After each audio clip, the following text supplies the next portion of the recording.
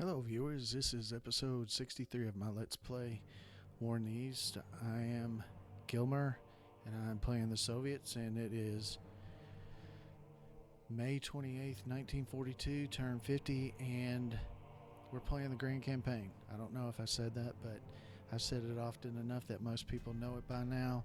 And we're sitting right on top of a what's called a mud turn, or it's what I call it, is a mud turn. And what that means is, if you take a look at the weather, it says mud, mud, mud, and way the hell over here where nobody even ever goes, it's clear. Most of the fighting is in the middle of the map, and it's mud. What does that mean? That means that most of these units are at a severe penalty on both sides. If you think of trying to drive your car through thick mud, it's pretty hard. It's almost impossible.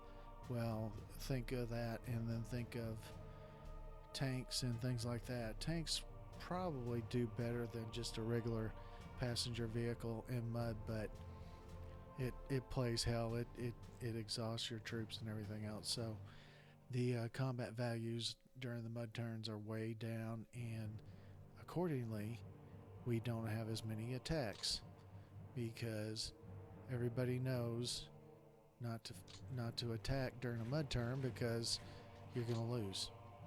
9 times out of 10 you're going to lose, unless you have 150,000 men against 4,000 men. You'll win that battle, but more than likely, anything odds of anything up to even 6 to 7 to 8 to 1, you're going to lose. The defending unit's going to stop you. So it's kind of a time to kind of do a little administrative housekeeping. I actually had been doing a lot of administrative housekeeping in the last few turns anyway, and so I really don't have a lot to do on a mud turn. I only have 43 administrative points to do administrative housekeeping. So I generally just kind of look around the map, see what's going on, see if there's any major issues, such as a unit being way out of its area. And I don't know where his headquarters is, but that's it right there. So he's sitting right on top of his headquarters. So I just I use it to maybe move some units up. We have 71,000 rail cap, so we have a decent amount of rail cap. This is a cavalry corps that I built up. Next turn we will be allowed to actually start building up rifle corps, and so that is definitely what I will be doing. I won't have a huge amount of administrative points to do it in, but let's see if I can't build that up. No. I guess you can't build up light howitzer units into a brigade. Well, not a brigade, but a reinforced brigade at least. But it wouldn't let me do it. So I'm just going to use this turn to kind of see what I have. Can I build this one up? Yes, I can. That's a 4 tank corps now. And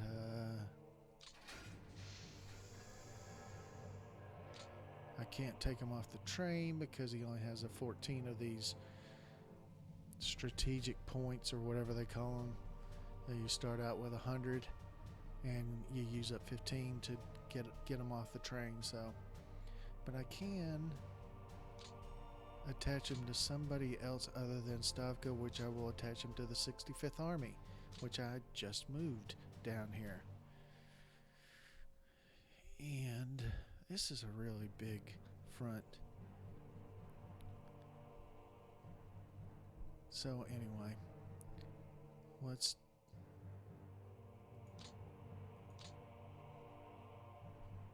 take a look at some info maybe. So right now, and I've been reading this thread, this on the forums, on the War in the East forums, and they're talking about how many troops each nation had, and a lot of different things like losses, and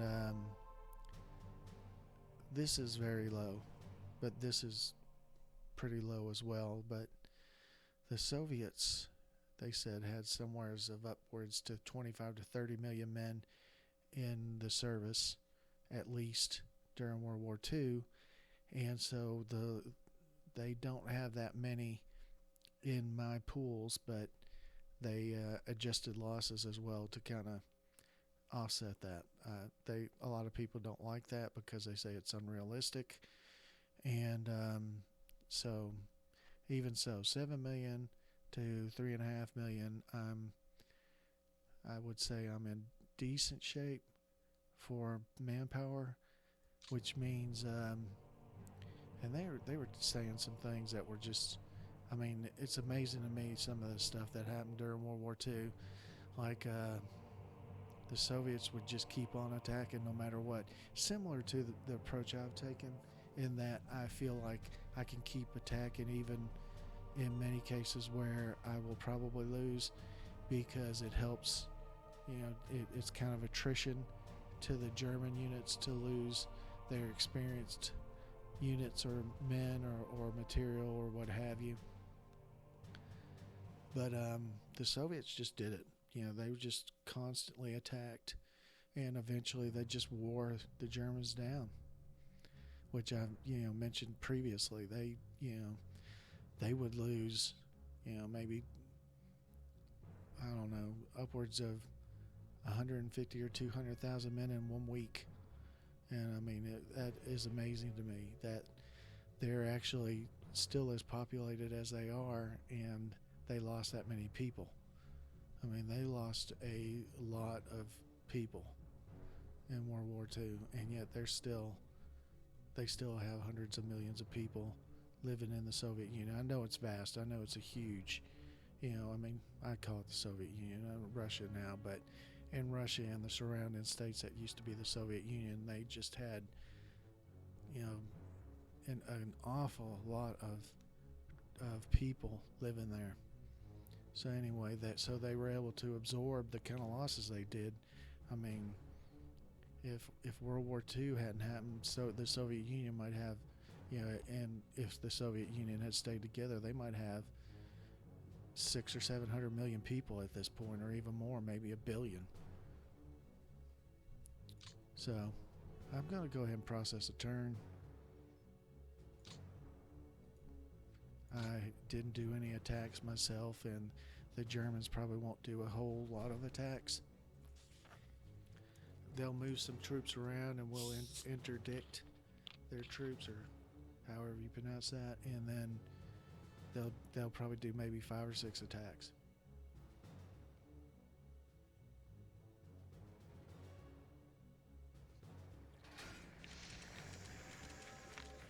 Oh, and they'll do a little bit of reconnaissance as well.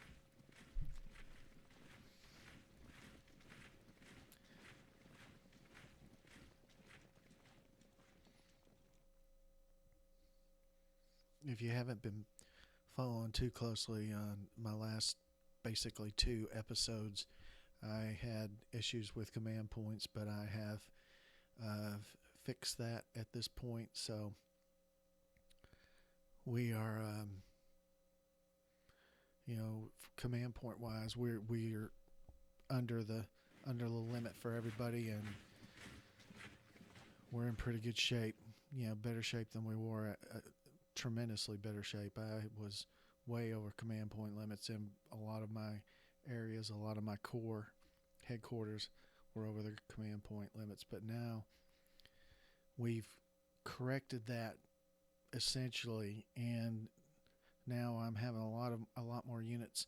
Actually, the reserve units are actually attacking with my units, and that's something good to see. That's something that I probably should have had gotten a handle on in 41 instead of in 42. But you know, what are you gonna do?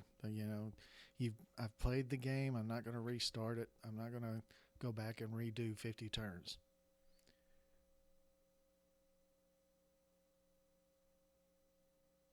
So there's gonna be a lot of black screen. I might pause the game while it's doing this black screen crap.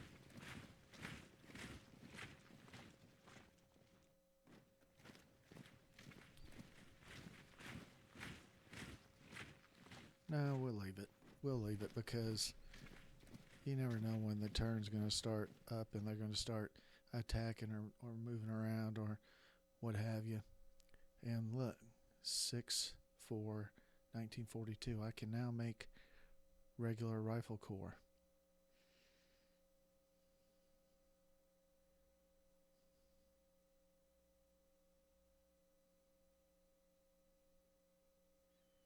And I'll definitely be doing that.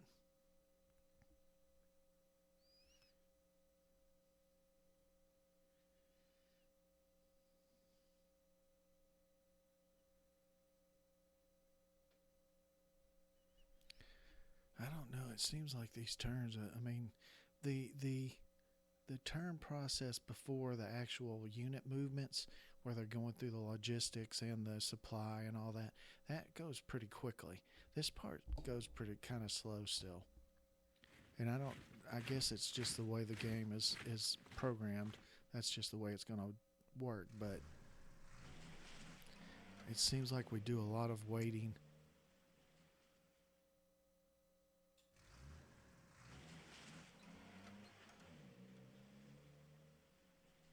They're doing some movement.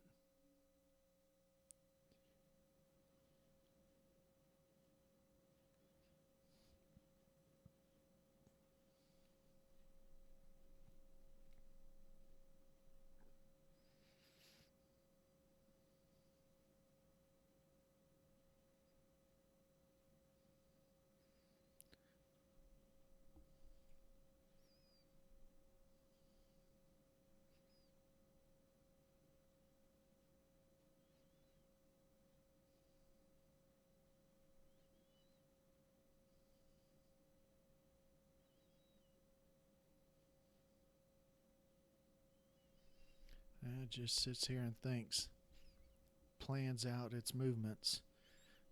As many as not very many as it's going to be, but even so, it does plan out its movements meticulously, I think. I think, going back to the War in the East 2 thread, if you go to the forums, it's a thread that was started for people to find out a little bit more about War in the East 2, and it quote unquote devolved into what's wrong with War in the East 1, and people saying you should fix this, you should fix that. And I guess people really want it to mirror the reality of what happened in World War II, and I just get the feeling that it's just not going to happen. It can't, and there's no way, because of the hindsight of what people know now. The strategies that worked and didn't work. The German, if you're playing and you're playing the German side, you're not going to leave a full army, which would be, however many, maybe 6 or 7 corps. You're not going to leave them stranded in Stalingrad. And the Soviet player is not going to be doing almost suicidal attacks every single turn. So it's still mud. So let's take a look at that. Yep, we're still in the mud. And at this point, the Axis has lost 1.591 million men, 1.592. And the Soviets have lost 4 million men? That's a shitload. I didn't think it was quite that much.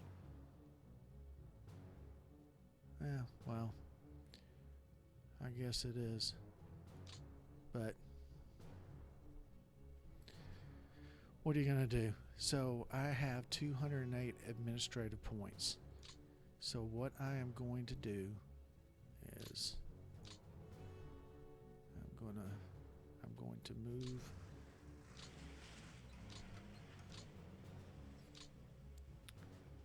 move them on to there. Bryansk. Oh shit, one of them is a...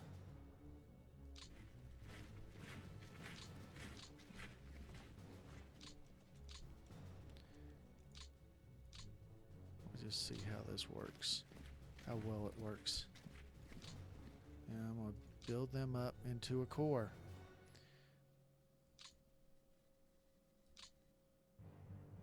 Wait a minute. That says Rifle Division. That's not...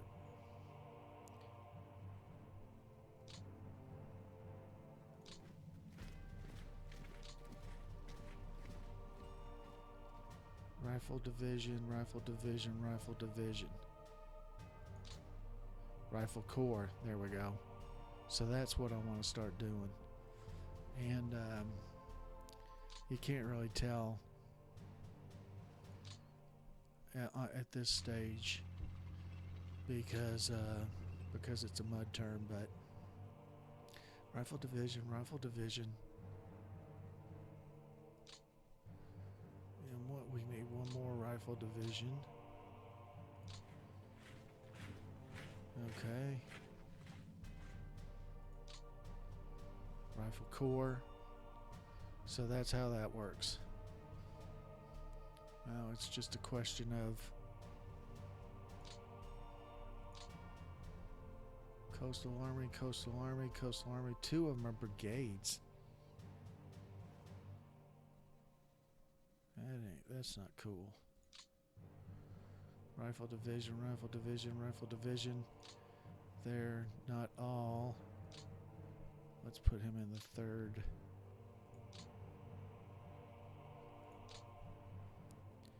And then we will make him into a Rifle Corps.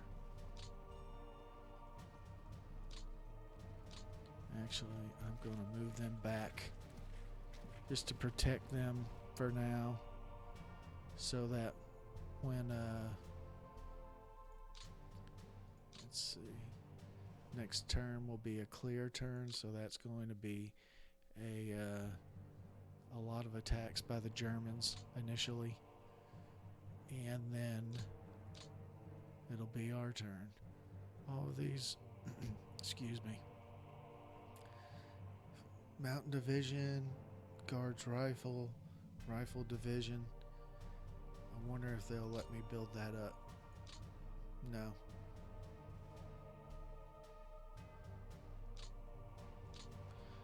I'm wondering if it's the Mountain Division that's messing it up. I would think that would be the case. Rifle Division, Guards Rifle Division, Guards Rifle Division, Guards Rifle Corps. So that's how that's working. Rifle, Rifle, Rifle, they're all attached to Stavka. Now they're a Rifle Corps. And we're going to just keep on doing this. Rifle Division, Rifle Division, Brigade. Guards Tank Brigade. Let's see. Where is that? That's that. We're going to move. And Rifle Brigade, Rifle Brigade. Rifle Brigade, Rifle Brigade. So let's Stavka. Let's make them division. And now we can have division, division. Oh, that's a core. What am I doing? Brigade, brigade, brigade. Division, division. I don't want to do 1 guards and 2 regular because I think it'll end up being just a regular rifle corps, and I think it gives it a head start on becoming a guards rifle corps, but still I don't want to do that, not at this point. So we're gonna put these all in, let's put them all in the 51st, but that's gonna overburden the 51st.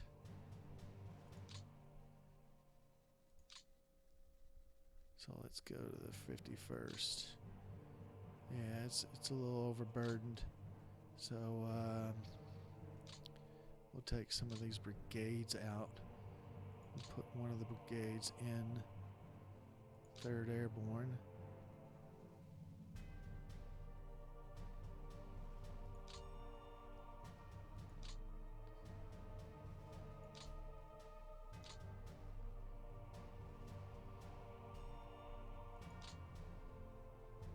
And 3rd Airborne is still under, and 51st is still 1 over. So I need to get one more brigade out of the 51st. The Rifle Corps. Division, division, division. Let's see where I can put this guy. Oh, there's plenty of places. There we go. So now the 46th is 17 of 18, although he's way the hell over there. And the 51st is 17 of 18, so that's how that works. Brigade, brigade, and division. And that's a brigade, so we could move this guy back and then move this guy forward.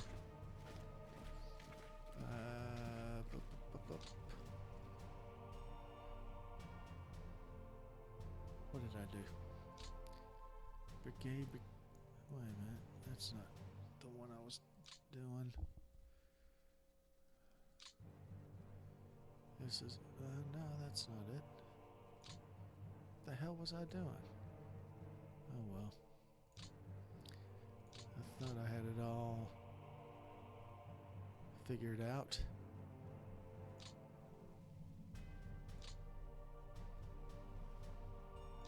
Let's division, brigade, corps. Division and division.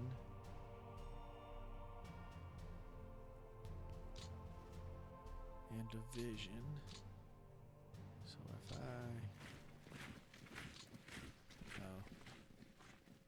46th Army. Let's go 46th. So you see it's going to be a little bit of shuffling around too. And I really don't think Rifle Brigade, Brigade, Brigade.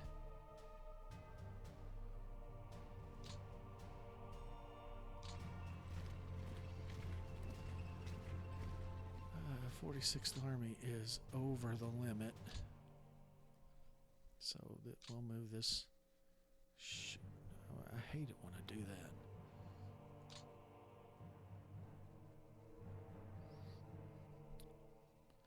Now I don't know where I was. It's the 51st. I was, which one was I looking? Oh, the 46th. There we go. 46th is 1 over, so If I do this one and put him with the 3rd Guards Army, they're still under their limit. And then the 46th Army, where is it? And he's 18 of 18, so still have 58 points. Division, 57th, 66th.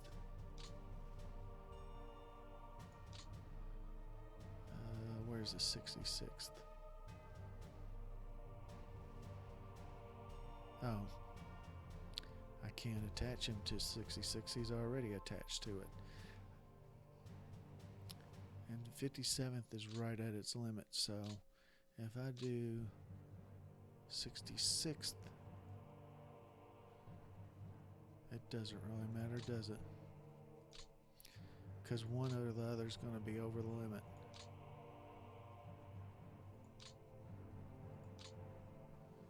So 57th is going to be... Oh, it's not over. Nicely done. Is the 66? No, it's not over either. So, seems like a lot of units are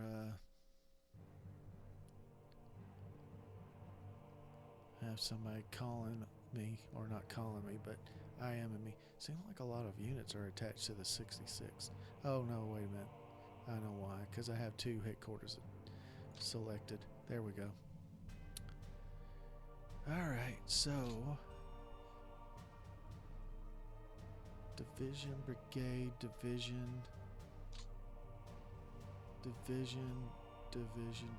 brigade. So it's gonna be a little, hit or miss and playing around with divisions to get these all right. These are all divisions. None of them are attached to the same one. Let's attach them to the southern front, because I'm pretty sure that it is